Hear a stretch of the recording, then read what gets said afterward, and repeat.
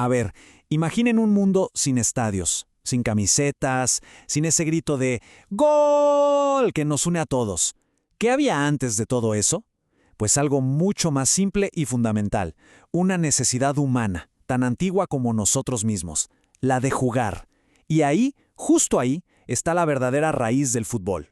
Esa es la gran pregunta, ¿no? ¿Cómo es que nació el juego más amado del planeta? Bueno, para responderla vamos a tener que hacer un viaje. Y no un viaje corto, ¿eh? Hablamos de miles de años en el tiempo, a un mundo donde las primerísimas semillas de esta pasión global apenas comenzaban a germinar. Ok, arranquemos. Nuestra aventura comienza, hace más de 4000 años, y lo más increíble de todo esto, lo que de verdad vuela la cabeza, es que distintas culturas, que no tenían ninguna conexión entre sí, en continentes diferentes, empezaron a sentar las bases del juego que hoy nos vuelve locos. Por ejemplo, vámonos a la antigua China. Allá, los guerreros entrenaban con algo llamado Cuju. A ver, esto no era un juego cualquiera, ¿eh? Era una cuestión de honor.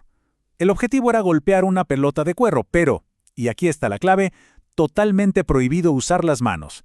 ¿Les suena de algo? Sin tener ni la menor idea, estaban plantando una de las primeras y más importantes semillas. Ahora, crucemos el mundo. Nos vamos a Egipto. Y aquí la cosa cambia, porque el juego con pelotas, hechas de papiro y cuero, imagínense, tenía un significado totalmente sagrado. No era solo un pasatiempo para divertirse, no. Era un ritual, una forma en que los sacerdotes y los nobles se conectaban con sus dioses, el balón como un puente a lo divino. Y mientras tanto en Europa, ¿qué pasaba? Pues los soldados de Grecia y Roma jugaban al episkiros y al arpastum. Ojo, que estos no eran juegos sutiles para nada, eran pura fuerza bruta.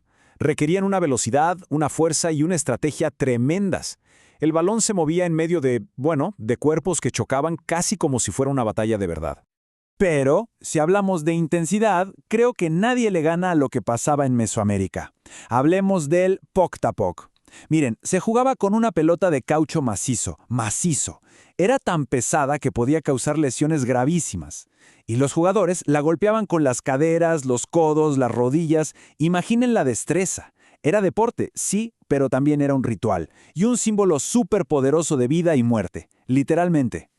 Entonces, si damos un paso atrás, ¿qué vemos?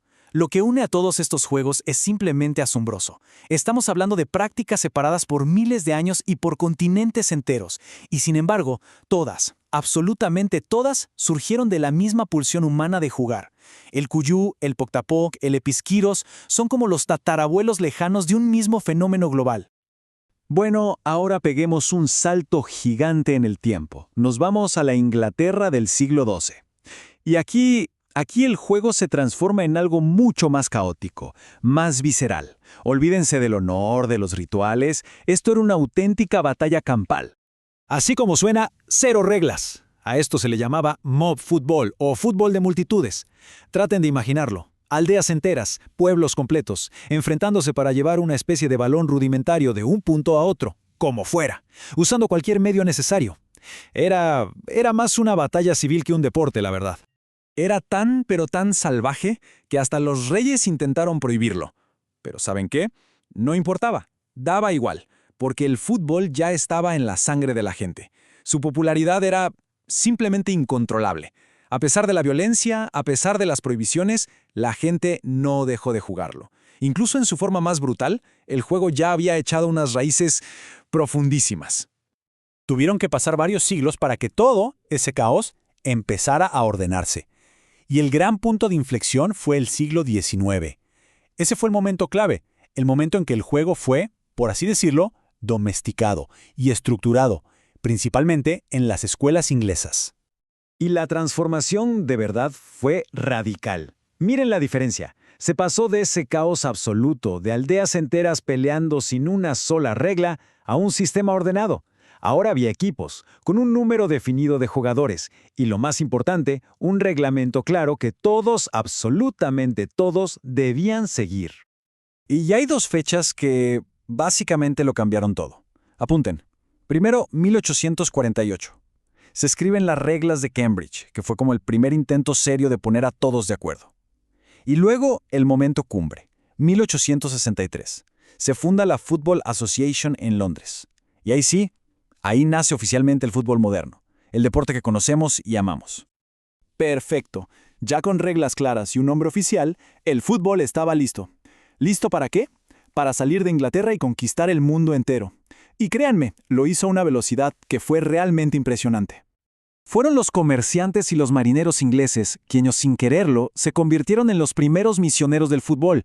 Lo llevaron en sus barcos a puertos de todo el planeta, y así llegó a Argentina, a Brasil, a Uruguay, a España, Italia, México. Y lo increíble es que estos países no solo lo adoptaron, no, lo hicieron suyo, lo transformaron, le añadieron su propio sabor, su picardía, su garra, su pasión. Y entonces llegó el año que lo cimentó todo, 1930. El momento que consolidó al fútbol, ya no como un deporte popular, sino como un fenómeno global. ¿Qué pasó? La primera Copa del Mundo, allá en Uruguay. A partir de ese preciso instante, el planeta entero, el mundo entero, comenzó a girar cada 4 años alrededor de una pelota. Y bueno, todo ese camino nos trae hasta hoy. Y la pregunta es, ¿qué es el fútbol ahora? ¿En qué se ha convertido? Porque es evidente que es mucho, pero mucho más que un simple deporte. Se ha transformado en una fuerza cultural tremenda, en una forma de identidad, de unión. Detengámonos un segundo a pensar en esa línea de tiempo. Es que es una locura. Venimos de guerreros chinos jugando cuyu, de sacerdotes egipcios con sus pelotas de papiro, y llegamos a las genialidades de Messi, de Mbappé, en estadios que vibran como si fueran auténticos volcanes. La evolución es simplemente asombrosa. Y al final del día, creo que ese es su mayor legado. El fútbol se ha convertido en un lenguaje universal, un idioma que se entiende en cualquier rincón del mundo sin necesidad de decir ni una sola palabra. Una chilena espectacular, un festejo lleno de rabia, una tajada imposible. No importa dónde estés, todo el mundo entiende perfectamente lo que eso significa. Y todo esto, todo este viaje, nos deja con una pregunta final para reflexionar. Cuando repasamos esta historia épica del fútbol, desde un ritual antiguo hasta una final del mundo con millones de personas mirando, ¿estamos hablando solo de la evolución de un juego? ¿O en realidad estamos viendo un reflejo de algo más profundo? Quizá un reflejo de nuestras propias emociones, de nuestras historias y de nuestros sueños colectivos.